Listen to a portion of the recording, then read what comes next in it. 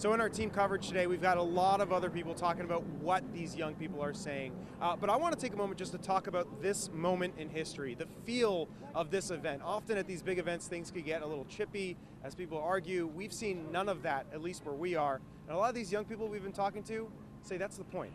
I think it's truly empowering just seeing the massive people that showed up for us and to show up to fight for what they believe in. Take this group of girls right here. They're all students over at Stoneman Douglas, and they were there for that horrible day. They lost their best friend, Jamie Gutenberg.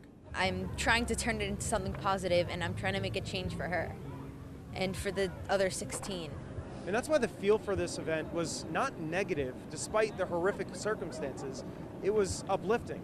Take this church group from over in North Carolina. This is an issue of our lives when it comes down to it. We think that if we're going to kind of come together and really support an issue, this is as good as any. We think this is such an important thing for our time. It's definitely going to show the country and the world and our politicians that we are coming for you if you don't stand up for what is right and you don't stand up for gun reform. Beyond that, you have to think about that this was probably the first protest for many of these young people, so it was a bit of a civics lesson. Being scared is not really going to change anything. You have to make change, and you have to do things like this march to really make change. We're united. We will be united because this is not a partisan issue.